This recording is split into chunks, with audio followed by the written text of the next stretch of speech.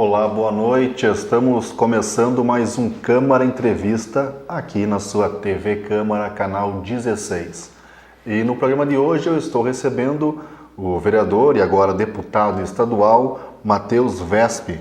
Vereador, prazer recebê-lo aqui essa noite e seja muito bem-vindo à TV Câmara. Muito obrigado, é uma alegria estar dialogando com os telespectadores da TV Câmara. É uma oportunidade, afinal, após as eleições, de mostrar aquilo que nós pretendemos para com a política gaúcha, para com o trabalho que será desempenhado lá na Assembleia Legislativa do Estado. E agradeço essa oportunidade. Com certeza. Bom, antes da gente tratar um pouco mais da parte de deputado estadual agora, né? O vereador, agora deputado, tem muitos projetos, muitas ações que desenvolveu nesses 2 primeiros anos de mandato, né? São muitas os projetos, as indicações, o trabalho do vereador é sempre muito amplo, né? E sempre muito intenso. Nós vamos conversar agora, então, um pouquinho sobre esse trabalho, até para a comunidade que está em casa não conhece, né? Saber as pautas que o senhor vem trabalhando ao longo desses 2 primeiros anos aqui na Câmara Municipal de Passo Fundo. Uma das propostas num projeto, né? É a proposta que cria a Semana Municipal de Doação de Órgãos e Tecidos em Passo Fundo. Falar um pouco desse projeto então para a comunidade, vereador. Perfeito. Claro que o trabalho, como tu bem disseste, foi intenso. É um ritmo que nós pretendemos manter no nosso mandato parlamentar lá na Assembleia Legislativa do Estado do Rio Grande do Sul.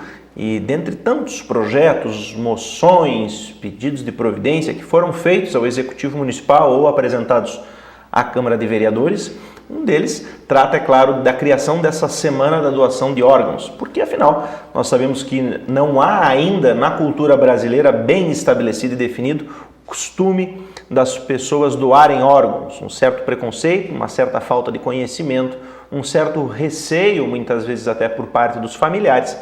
E na verdade nós sabemos que em comunidade nós devemos pautar a nossa vida pelo bem comum, olhando para o próximo, olhando para os outros. E principalmente se nós pudermos, utilizando órgãos das pessoas que porventura, por um acidente, para citar um exemplo, vieram a óbito, para salvar outras vidas, eu acredito que isso é uma enorme oportunidade de demonstrar exatamente isso que nós buscamos na vida em comunidade, o bem comum. Então, nós buscamos enfatizar isso por meio da criação de uma semana de doação de órgãos para que o município possa dar uma ênfase maior exatamente a essa atividade por meio de propagandas, por meio da criação de eventos paralelos exatamente a essa semana que foi criada exatamente para essa finalidade.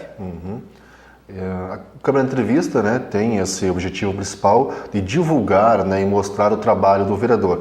Essa criação desse projeto, né, há quanto andas, né, já foi aprovado, quando que vai ser realizado, para que a comunidade possa conhecer um pouco mais desse projeto da doação de órgãos? Grande parte dos nossos projetos encontram-se em tramitação na Câmara de Vereadores, alguns nas comissões para análise, outros indo à votação no plenário. Esse ainda está em análise dentro das comissões da Câmara de Vereadores. Eu espero que nós consigamos fazer toda a tramitação até o dia 20 de dezembro, quando se encerra o ano legislativo, para que possamos votar esses projetos o quanto antes. Afinal, eu só terei a oportunidade de aprovar os projetos que apresentei até o dia 20 de dezembro. Afinal, depois do início do recesso parlamentar, eu não retornarei para o início das atividades legislativas como vereador, pois em 1º de fevereiro assumirei um mandato na Assembleia Legislativa do Estado do Rio Grande do Sul para dar início ao ano legislativo estadual, não municipal. Então eu espero que nós consigamos retirar das comissões, peço até a compreensão aos colegas vereadores para que deem celeridade não apenas a esse projeto, mas a tantos outros. O projeto que visa regulamentar a lei que estabelece normas para os aplicativos de transporte individual, como Uber, como Garupa, Cabify, ou outros projetos como a inserção, por exemplo, de educação moral e cívica nos currículos escolares. Enfim, nós pedimos a colaboração dos colegas para que nós possamos fazer essa tramitação da forma mais célere possível, exatamente para que nós possamos aprovar esses projetos. Com certeza. São muitos assuntos, né, abordados pelo vereador nesses 2 anos, alguns projetos, algumas moções também em parceria. Tem uma especial, que foi uma parceria também com o vereador Ronaldo Rosa, que é importante citar, que foi uma moção já aprovada aqui na Câmara, né, vereador, que trata contra o aborto, né? Fala um pouco dessa moção que foi já aprovada aqui na Câmara de Vereadores.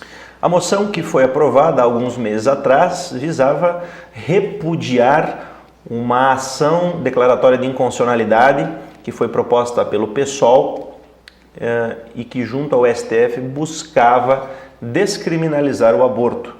O STF, claro, já se manifestou outras vezes pela manutenção da criminalização do aborto. Nós sabemos que pelo nosso Código Penal é crime o aborto, com exceção de alguns casos, que esses não estavam em discussão nem na nossa moção, nem na ADIM proposta pelo PSOL. E, portanto, com essa ADIM proposta pelo PSOL, que tinha a intenção de descriminalizar totalmente a prática do aborto, algo que creio não ser viável não apenas pela visão do ordenamento jurídico, que busca preservar a vida. A nossa Constituição é vastamente explícita em diversos momentos para tratar a vida como um bem supremo, um bem inviolável. Consequentemente, essa ADIM proposta pelo PSOL não era apenas contrária ao ordenamento jurídico, mas sem nenhum cabimento do ponto de vista científico ou mesmo filosófico. Nós sabemos que a vida é um bem inviolável e no momento que nós começamos a flexibilizar os critérios para definir o que é e o que não é vida, nós abrimos um grande campo aí para ofender a vida humana. Porque quando eu começo a criar critérios subjetivos para definir o que é vida, o que não é ser vivo, quando eu começo a dizer que a vida pode ser violada em determinados casos A, B ou C, eu estou abrindo também a oportunidade para que no caso E, D, F, G, H, a vida também possa ser violada. Então, ou a vida é um bem absoluto e consequentemente preservada em todos os momentos, em todas as circunstâncias, e foi isso que o nosso ordenamento jurídico quis afirmar e o nosso Código Penal ao colocar o aborto como um crime. E exatamente é isso que a nossa moção buscou também defender. E por isso que nós somos contrários a essa ADIM proposta pelo PSOL. E a Câmara de Vereadores e o plenário, o povo de Passo Fundo se manifestou apoiando a nossa moção, exatamente porque entende aqui em Passo Fundo também que o aborto é uma prática absurda, que deve ser contrariada, que deve ser oposta exatamente pela manutenção daquilo que o ordenamento jurídico brasileiro já traz, que é a inviolabilidade da vida, exatamente de fetos, de crianças, de nascituros. Com certeza. Então, uma importante moção aprovada já pela Câmara de Vereadores, né, que foi de autoria do vereador Matheus Vesp, em parceria com o vereador Ronaldo. Outro projeto que já teve a sua aprovação prevê a instalação de banheiros químicos adaptados para as pessoas com deficiência em eventos realizados em Passo Fundo. Então, um importante projeto também que já foi aprovado dessa instalação de banheiros químicos adaptados, né, para deficientes físicos, né, vereador? É verdade, nós sabemos que nos eventos que ocorrem na municipalidade não havia, pelo menos até então, a obrigatoriedade do município de disponibilizar banheiros químicos adaptados para pessoas portadoras de deficiência, de algum tipo de deficiência. E, consequentemente, isso é visível. Há uma dificuldade imensa de inserção das pessoas que portam alguma deficiência no seio da comunidade, exatamente porque muitas vezes não encontram acessibilidade, não encontram serviços capazes de fazer com que essas pessoas participem normalmente da vida em comunidade, porque se elas possuem uma deficiência, obviamente, que há uma certa dificuldade dentro da normalidade da sociedade delas se inserirem, seja pela dificuldade de locomoção, seja pela dificuldade de acesso aos serviços públicos e, consequentemente, possibilitando pela criação dessa obrigação ao município, acesso a um banheiro químico, até tu estimula o portador de deficiência que ele participe de eventos públicos. Senão, se eu fosse, por exemplo, portador de uma deficiência e vou em um grande evento que não há nem mesmo um banheiro sanitário adaptado para que eu possa fazer uso desse banheiro numa eventualidade, eu estou estimulando o portador de deficiência física a ficar em casa. E é, como costumamos dizer, de certa forma, uma parede sem muros, porque a pessoa fica presa, fica restrita ao seu ambiente privado dentro de sua casa. E se nós queremos uma integração da comunidade, se nós queremos uma sociedade que seja mais acessível, mais participativa, principalmente que tenha a inserção de pessoas que portam alguma deficiência, nós precisamos, por meio da atuação dentro dos serviços públicos, dentro da administração pública, fornecer os meios, os instrumentos e os mecanismos para que essas pessoas possam ser bem atendidas. E, dessa forma, foi isso que nós buscamos viabilizar ao colocarmos a obrigatoriedade de que em eventos públicos o município coloque pelo menos um banheiro químico adaptado para os portadores de deficiência. Para que as pessoas também possam participar, possam ir estar junto com a comunidade, né? Muitas vezes, como a senhora comentou, né, vereadora, as pessoas deixam de ir porque às vezes não tem o acesso, né?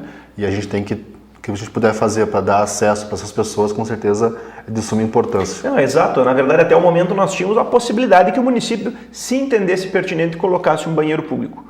Agora o que nós queremos foi a obrigatoriedade. O município ele tem que colocar um banheiro químico adaptado. É uma obrigação. Tanto que se o município assim não proceder, aqueles que portam algum tipo de deficiência podem, inclusive, encaminhar uma denúncia ao Ministério Público reclamando para que seja cumprido aquilo que a lei estabeleceu. A obrigatoriedade é que em eventos o município disponibilize tal tipo de banheiro. Com certeza. Então, de suma importância, mais uma aprovação desse projeto do vereador Matheus Wesp.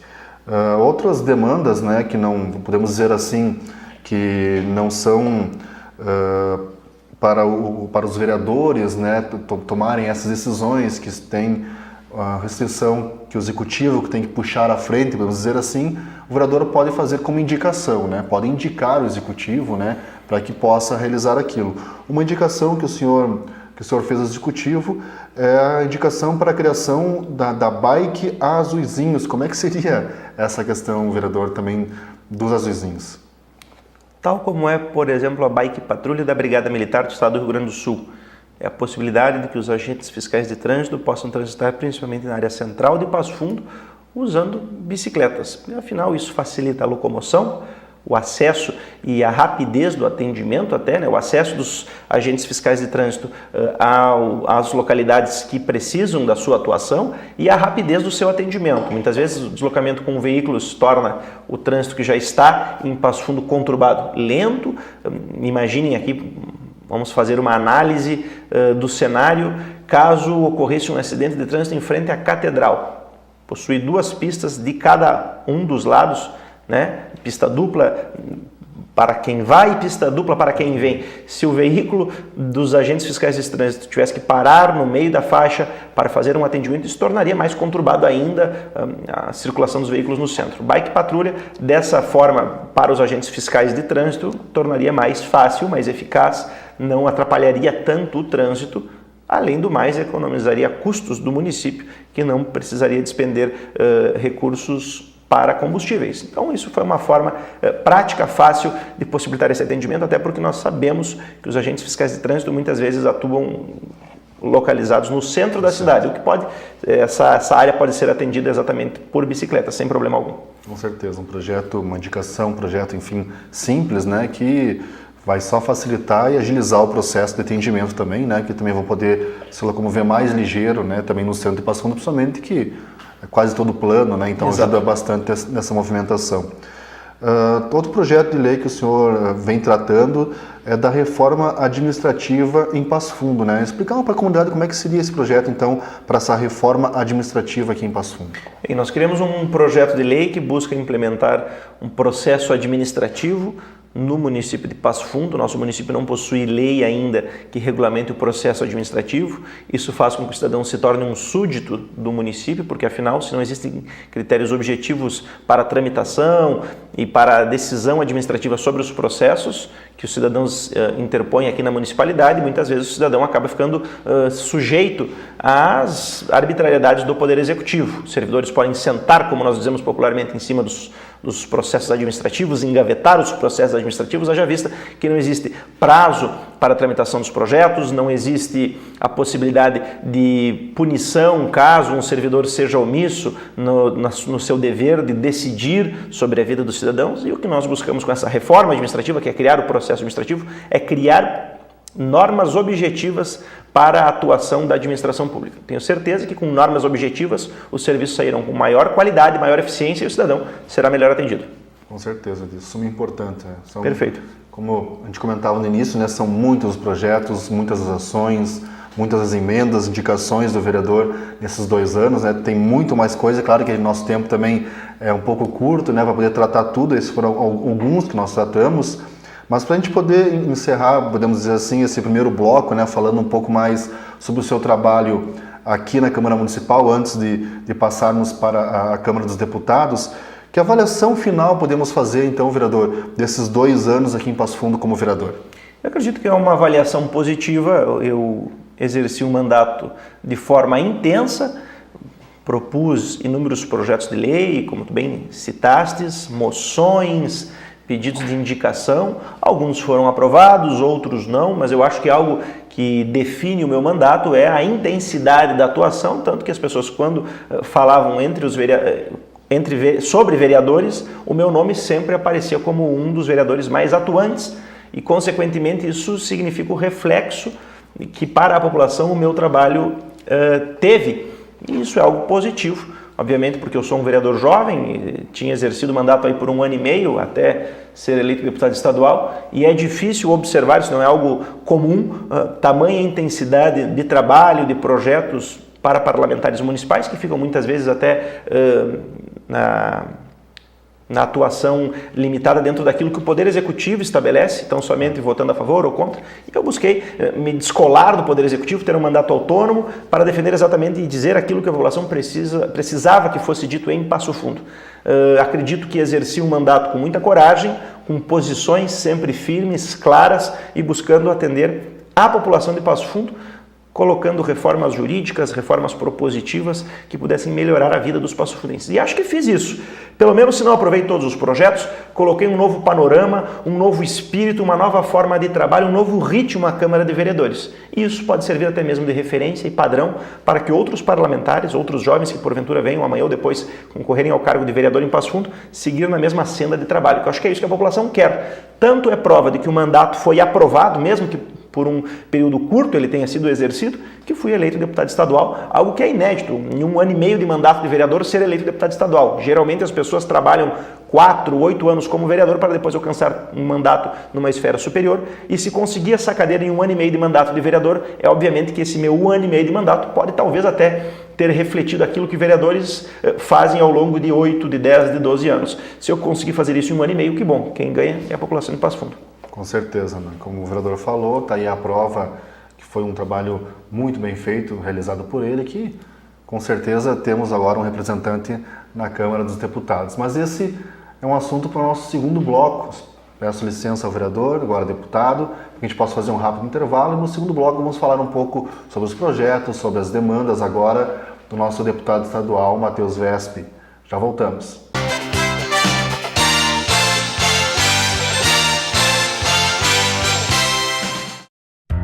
A Câmara de Vereadores está com você. Está com a Verônica na consulta médica. Vai junto com o Cauã para a escola. Acompanhe o seu Arcério e a Dona Conceição durante o lazer. É pelo seu bem-estar que a Câmara trabalha. E é com a sua presença que vamos fazer mais pela nossa cidade. Vem participar, vem transformar, vem acontecer. Câmara de Vereadores de Passo Fundo. Transformando a vida de todos nós.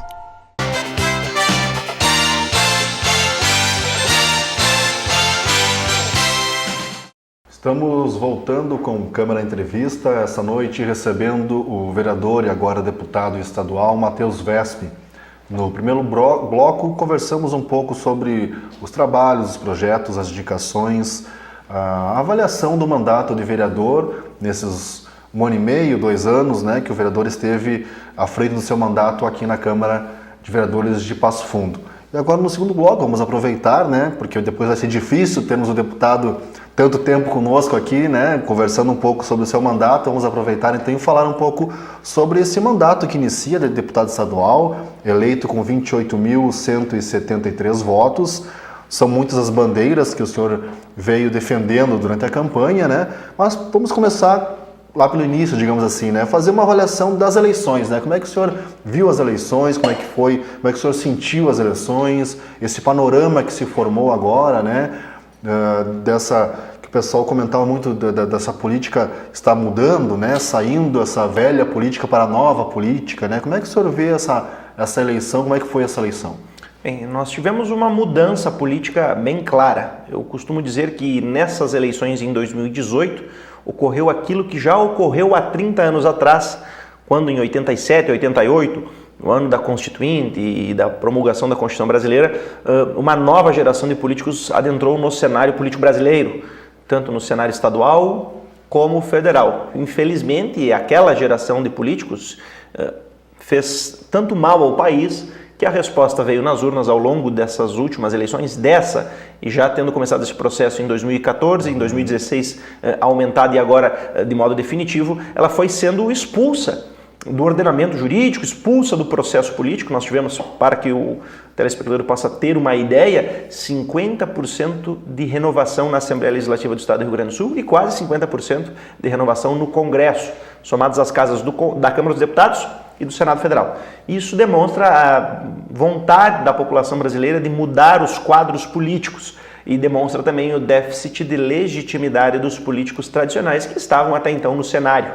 E, consequentemente, nessa necessidade de mudança que a população colocava a olhos claros para que todos pudessem ver, eu fico feliz de ter representado essa renovação, não só no município de Passo Fundo, mas também para todo o estado do Rio Grande do Sul. Sou um dos deputados estaduais eleitos mais jovens da Assembleia. Se não sou o mais jovem, acredito que talvez o segundo ou terceiro mais jovem, tenho 30 anos de idade, e isso demonstra uma renovação.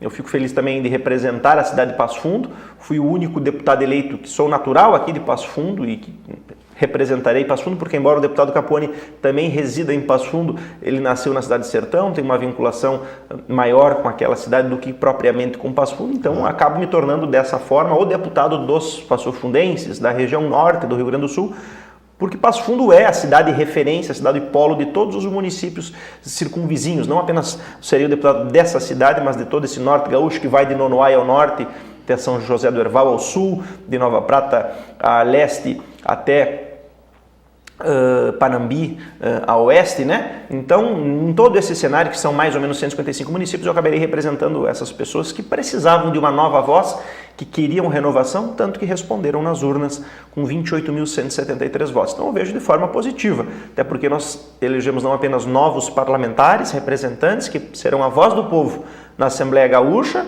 dentre os quais eu represento um desses expoentes dessa renovação, mas também um novo governador, o governador mais jovem do estado do Rio Grande do Sul, que foi o Eduardo Leite, e que vai na mesma linha de renovação que a população pediu no processo eleitoral e confirmou nas urnas. Com certeza, é uma renovação bastante importante, né? Como o senhor comentou, 50%, né?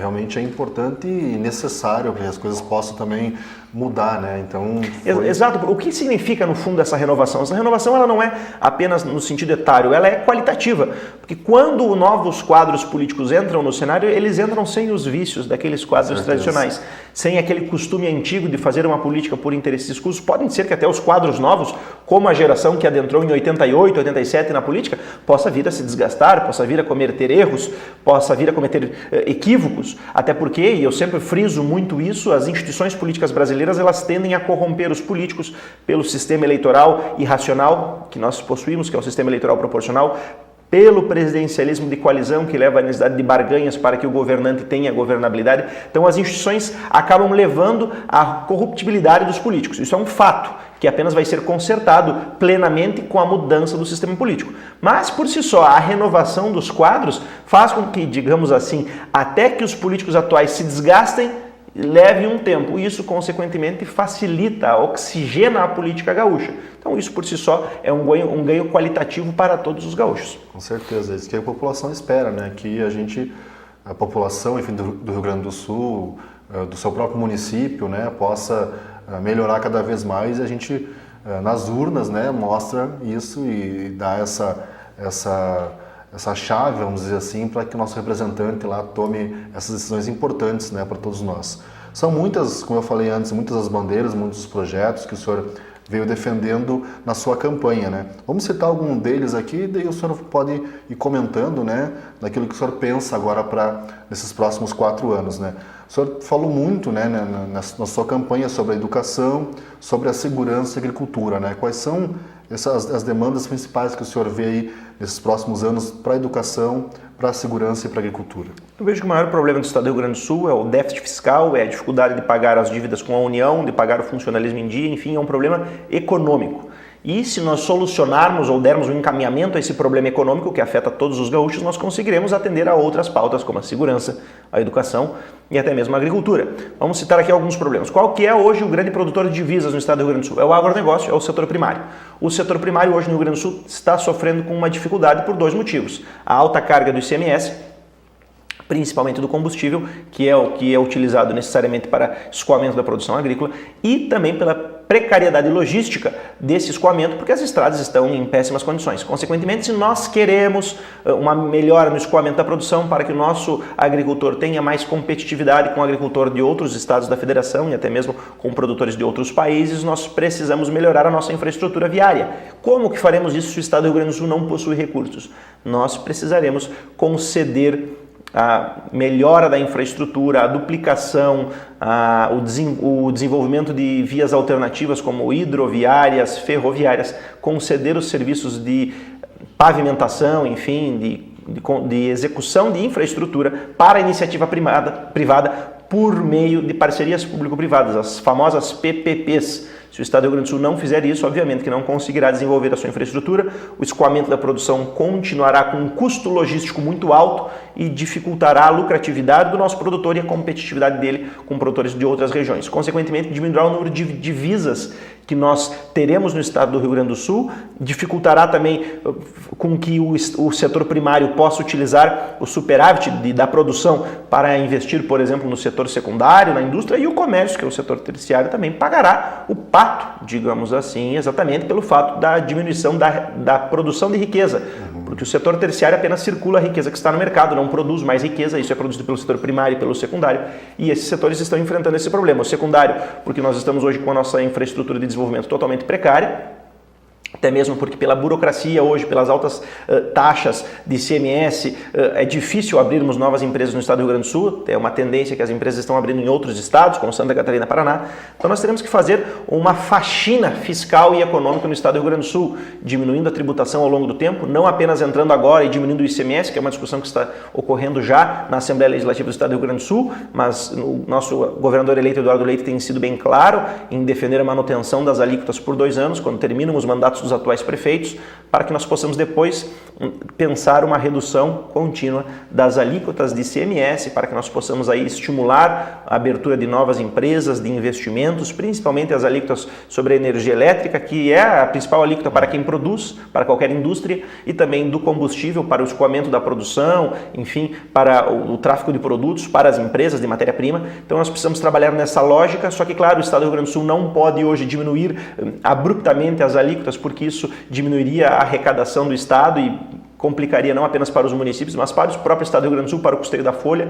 Então, se nós queremos hoje um estado que gasta 76% do seu PIB com folha de pagamento, ter a possibilidade de maior investimento, de recursos para poder investir na segurança, na saúde e na educação, nós precisamos fazer uma faxina fiscal, uma faxina econômica, uma reforma econômica. E isso será feito com a concessão de serviços à iniciativa privada, com a redução de tributos de forma racional, uma reforma tributária pelo menos a partir daqui 2 anos, e também até mesmo com a discussão de algumas reformas na Previdência do Estado para que os servidores possam manter as suas vantagens, mas que também o Estado possa custear com aquilo que foi hoje disposto juridicamente para os servidores, que tem um alto custo para a manutenção do Estado. Nós só temos 2 formas de tratarmos essa questão dos servidores, ou é fazendo uma reforma da Previdência, diminuindo os gastos, ou aumentando a arrecadação. Para aumentar a arrecadação, nós temos que aumentar a produtividade e tornar o Estado mais competitivo. E isso leva necessariamente à concessão de serviços que hoje são exercidos pelo Estado de forma ineficaz, por exemplo, empresas que devem ser privatizadas, como a Sulgás, como a RGE,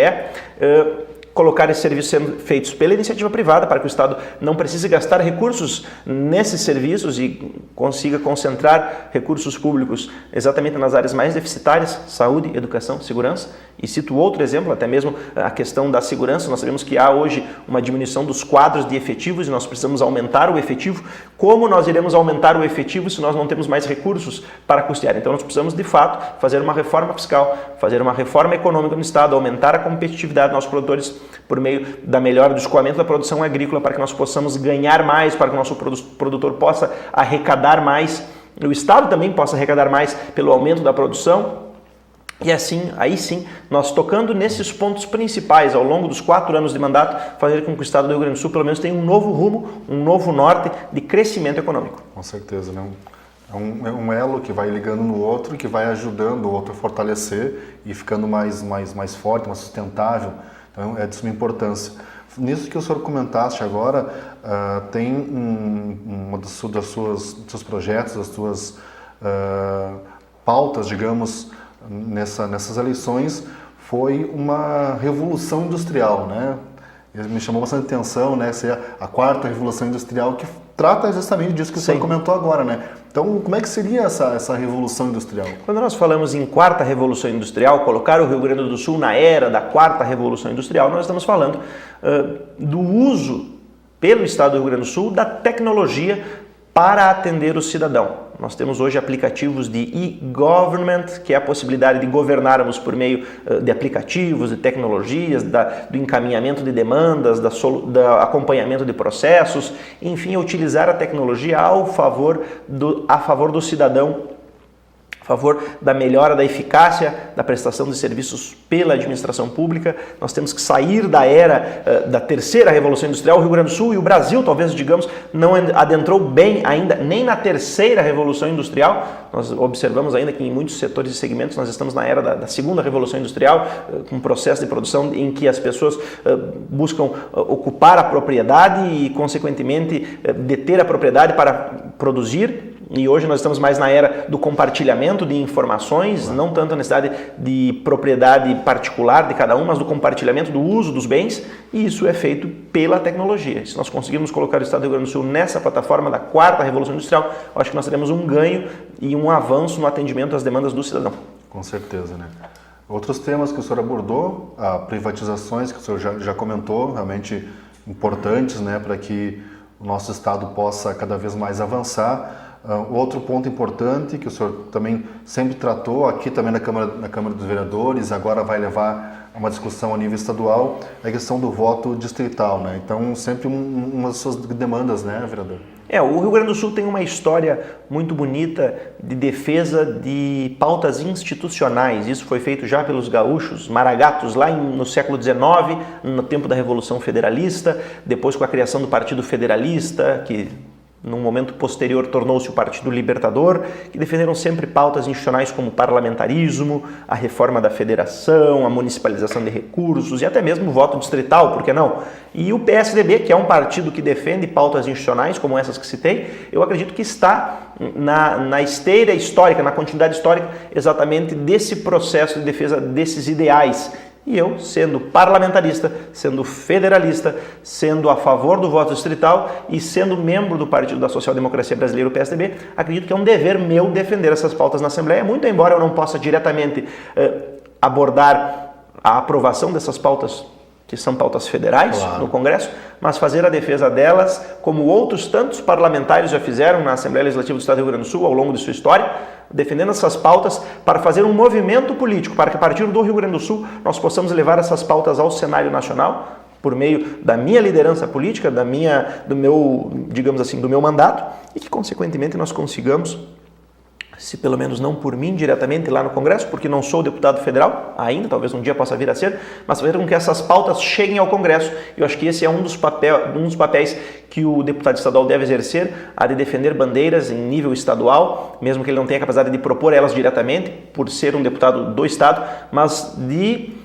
arrematar a opinião política de certos ideais, de certos princípios dos gaúchos e levar aos órgãos competentes, no caso, a Câmara dos Deputados. Nós temos o deputado Lucas Redecker, que é o nosso deputado federal, com toda a certeza irá defender essas pautas que nós aqui no cenário estadual buscamos defender. Até porque essas pautas possam ser conhecidas, possam ser discutidas, né? Exatamente, então, alguém tem que levantar essas bandeiras. Tem que levantar essas bandeiras, né? Porque para a comunidade também possa conhecer, possa procurar, possa estudar. E como o deputado estadual está em contato constante com o cidadão dos municípios e o deputado federal está mais localizado em Brasília, é o dever do deputado estadual levantar essas bandeiras diretamente com o cidadão, digamos assim, em termos futebolísticos, levantar a bola para que o deputado federal possa chutar ao gol, propor ela no Congresso. Mas o papel de levantar a bandeira é do deputado estadual em nível regional. Com certeza.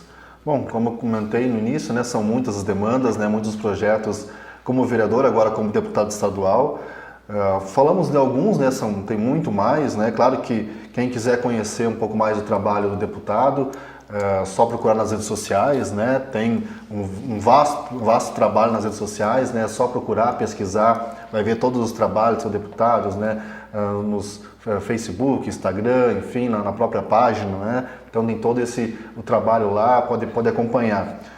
Fica o desejo aqui de um trabalho realmente que mantenha essa sua caminhada, né? Que com certeza o seu sucesso também é o sucesso da nossa comunidade, né? Então por isso que a gente torce cada vez mais pelo deputado estadual agora, Matheus Wesp, e as portas da TV Câmara sempre abertas, né? Para aquilo que a gente puder ajudar, poder atender o deputado, com certeza será um prazer. Muito obrigado por estar aqui essa noite, pelo trabalho que vem realizando e continue nesse grande sucesso. Muito obrigado, agradeço de coração por todo o apoio, pelas palavras que até envaidecem um pouco a minha pessoa, mas no fundo sabemos que o mérito é do cidadão. O projeto político meu não é no fundo um projeto meu, não é um projeto pessoal, é um projeto para a cidade de Passo Fundo, para a região norte do Rio Grande do Sul, para todos os gaúchos. Eu fico feliz de poder emprestar os meus conhecimentos, a minha voz, para representar os cidadãos do nosso estado. Tenho certeza que vão honrar cada voto e principalmente representar com muita felicidade e alegria o cidadão da nossa querida Passo Fundo. Com toda certeza retornarei aqui à Câmara de Vereadores, à TV Câmara. Foram as instituições que primeiramente deram espaço para que eu pudesse crescer politicamente e representar primeiro o cidadão de Passo Fundo e agora todos os 11 milhões de gaúchos. Me sentirei sempre em casa aqui e fico feliz de poder contribuir agora com esse novo trabalho, esse novo desafio que farei com a mesma intensidade com que exerci o meu mandato de vereador aqui em Passo Fundo. Muito obrigado. Com certeza, a gente que agradece. E a você que está em casa também continue acompanhando a nossa programação, que após o intervalo outras atrações só para você. Uma boa noite e até o próximo programa.